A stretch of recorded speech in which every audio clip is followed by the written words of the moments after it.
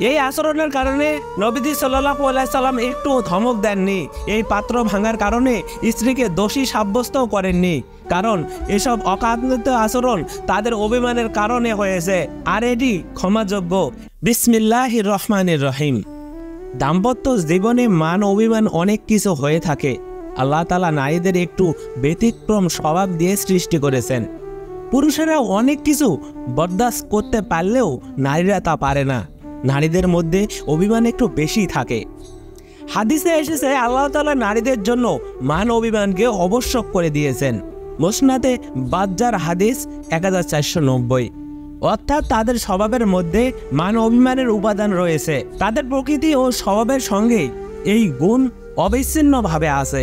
আমাদের অনেকেই তাদের সেই মান অভিমান সঠিকভাবে গ্রহণ করতে পারে না, যার কারণে তাদের দাম্পত্য জীবন সুন্দর হয় না। অনেক বেশি ভুল বোঝাবুঝি হয়, অনাকাঙ্ক্ষিত অনেক কিছুই ঘটে যায়। আমাদের জন্য প্রিয় নবীজি সাল্লাল্লাহু আলাইহি সাল্লামের জীবনীতে এসবের শিক্ষা আছে। নবীজি সাল্লাল্লাহু আলাইহি সাল্লাম তার পুণ্যময়ী স্ত্রীর অভিনয়ের সময় কেমন আচরণ করতেন তার বিবরণ রয়েছে সিরাতের কিতাবে। আমাদের উচিত সেখান থেকে শিক্ষা গ্রহণ করা, কারণ এসব মান অভিমান উপলব্ধির মাধ্যমে জীবন সুন্দর ও সুখময় হয়, ভুল বোঝাবুঝির অবসান হয়। নবীজি সাল্লাল্লাহু আলাইহি সাল্লামের সহধর্মিণী আয়েশা সিদ্দিকা রাদিয়াল্লাহু তাআলা আনহা বলেন, কোনো এক রাতে রাসূল সাল্লাল্লাহু আলাইহি সাল্লাম তার কাছ থেকে বের হলেন। তিনি বলেন, এতে আমার মনে কিছুটা অভিমান জাগলো। তৎপর তিনি এসে আমার অবস্থা দেখে বললেন, হে আয়েশা, তোমার কি হয়েছে? তুমি কি অভিমান করেছো? জবাবে আমি বললাম, আমার মতো নারী আপনার মতো স্বামীর প্রতি কেন ঈর্ষা আর অভিমান করবে না? এ কথা শুনে রাসূল সাল্লাল্লাহু আলাইহি সাল্লাম বলেন, তোমার শয়তান কি তোমার কাছে এসে উপস্থিত হয়েছে? তখন তিনি বললেন, হে আল্লাহর রাসূল, আমার সঙ্গেও কি শয়তান আছে? তিনি বলেন, হ্যাঁ, নিশ্চয়।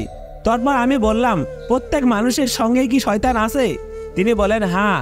তারপর আমি বললাম, হে আল্লাহর রাসূল, আপনার সঙ্গেও কি শয়তান আছে? তিনি বলেন, হ্যাঁ, আমার সঙ্গেও আছে, তবে আল্লাহ তাআলা তার মোকাবেলায় আমাকে সহযোগিতা করেছেন। এখন তার ব্যাপারে আমি সম্পূর্ণ নিরাপদ। সহিহ মুসলিম 6850। অন্য হাদিসে আয়েশা রাদিয়াল্লাহু তাআলা আনহা এর ঘটনা এসেছে। তিনি বলেন, আমি কি তোমাদের আমার এবং নবী সাল্লাল্লাহু আলাইহি সাল্লামের একটি ঘটনার কথা বলবো না? আমরা বললাম, হ্যাঁ, অবশ্যই বলবেন। তিনি বলেন, এক রাতে রাসূল সাল্লাল্লাহু আলাইহি সাল্লাম আমার কাছে ছিলেন। তিনি আশা নামাজের পর বিছানায় এলেন। স্নেহ পাদুকাদ্বয় নিজ পায়ের কাছে রাখলেন এবং পরিধেয় কাপড়ের একাংশ বিছানার উপর বিছালেন। কিছুক্ষণ পর যখন তিনি মনে করলেন যে আমি ঘুমিয়ে পড়েছি, তখন তিনি অতি সন্তর্পণে জুতা পরিধান করলেন। আস্তে আস্তে স্নেহ চাদরখানা উঠিয়ে নিলেন এবং অতি নিঃশব্দে দরজা খুলে বের হয়ে গেলেন। তখন আমি স্নেহ চাদরখানা নিজ মাথায় রাখলাম, ওড়না ও কাপড় পরিধান করে তার পিছু পিছু চললাম। তিনি জান্নাতুল বাকি নামক স্থানে আসলেন এবং তিনবার স্নেহ হস্তদ্বয় লম্বা করে উত্তোলন করলেন। তারপর তিনি ফিরে চললে আমিও ফিরে চললাম। তিনি দ্রুত হাঁটতে লাগলে আমিও দ্রুত হাঁটতে লাগলাম। তিনি আরো দ্রুত গতিতে চললে আমিও আরো একটু দ্রুত গতিতে চলতে লাগলাম। তিনি দৌড়াতে লাগলে আমিও দৌড়াতে লাগলাম। আমি তার আগেই ঘরে প্রবেশ করে গেলাম এবং তাড়াতাড়ি শুয়ে পড়লাম। তারপর তিনি প্রবেশ করলেন এবং বললেন, হে আয়েশা, তোমার কি হলো? তোমার নিঃশ্বাস এত জোরে জোরে বের হচ্ছে কেন? আমি বললাম, ও কিছু না। তিনি বলেন, হয়তো তুমি আমাকে এ ব্যাপারে অবগত করবে, না হয় আল্লাহ তাআলা যিনি সর্ববিষয়ে জ্ঞাত তিনি আমাকে অবগত করিয়ে দেবেন। আমি বললাম, হে আল্লাহ রাসূল, আপনার উপর আমার মাতা পিতা কুরবান হোক। তারপর আমি তাকে পূর্ণ ঘটনা ব্যক্ত করলাম। তিনি বলেন, আমার সম্মুখে যাকে আমি দেখেছিলাম সে কি তুমি ছিলে? আমি বললাম, হ্যাঁ। তখন তিনি আমার বক্ষে এমনভাবে আঘাত করলেন যে আমি ব্যথা অনুভব করলাম।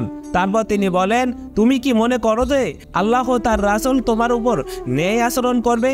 আমি বললাম, মানুষ যখন কিছু গোপন করে তা আল্লাহ নিশ্চয় জানেন। তিনি বলেন, যখন তুমি দেখছিলে তখন জিবরাইল আলাইহিস সালাম আমার কাছে আসতে চেয়েছিলেন। তোমার গায়ে কাপড় ঠিক ছিল না বিদায় তিনি আমার কাছে আসেননি, বরং দূর থেকে আমাকে সে ডাক দিয়েছিল। আমি তার ডাকে সাড়া দিলাম এবং তোমার কাছ থেকে তা গোপন রাখলাম। আমি মনে করেছিলাম যে তুমি ঘুমিয়েছিলে। আমি তোমার নিদ্রা ভঙ্গ করা অপছন্দনীয় মনে করলাম। আমি আশঙ্কাও করলাম যে হয়তো তুমি ভয় পাবে। তিনি আমাকে জান্নাতুল বাকি নামক কবরস্থানে নিয়ে গিয়ে কবরবাসীদের জন্য ক্ষমা প্রার্থনা করতে বললেন। সুনানে আন নাসাই হাদিস নম্বর 2037। প্রিয় নবী সাল্লাল্লাহু আলাইহি সাল্লাম স্ত্রীকে বিষয়টি সুন্দরভাবে বুঝিয়ে দিয়েছেন। এর কারণে স্ত্রীকে কোনো ধরনের কটূক্তি কিংবা ভর্ৎসনা করেননি। উম্মুল মুমিনদের অভিমানে রাসূল সাল্লাল্লাহু আলাইহি সাল্লাম নীরব হয়ে দেখতেন, বরং তিনি স্ত্রীদের এসব আচরণের বিভিন্ন অজুহাত খুঁজতেন। আনাস রাদিয়াল্লাহু তাআলা আনহু থেকে বর্ণিত, তিনি বলেন, কোনো এক সময় রাসূল সাল্লাল্লাহু আলাইহি সাল্লামের জনৈকা আয়েশা রাদিয়াল্লাহু তাআলা আনহা কাছে ছিলেন। ওই সময় আল্লাহর নবীর আরেক স্ত্রী একটি পাত্রে কিছু খাদ্য পাঠালেন। যে স্ত্রী ঘরে নবী সাল্লাল্লাহু আলাইহি সাল্লাম অবস্থান করছিলেন, সেই স্ত্রীর খাদেমের হাতে আঘাত করলেন, ফলে খাদ্যের পাত্রটি পড়ে ভেঙে গেল।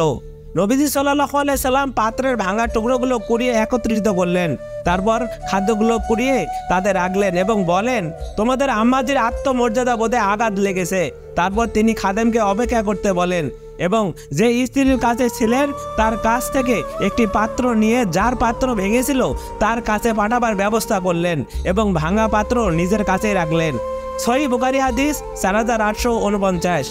এই আচরণের কারণে নবীজি সাল্লাল্লাহু আলাইহি সাল্লাম একটু ধমক দেননি। এই পাত্র ভাঙার কারণে স্ত্রীকে দোষী সাব্যস্তও করেননি, কারণ এসব অকারণিত আচরণ তাদের অভিমানের কারণে হয়েছে, আর এটি ক্ষমাযোগ্য। এখানে দোষ বের করা হলে বিষয়টি কারোর জন্য কল্যাণকর হবে না। তো এই ছিল আজকের কাহিনী।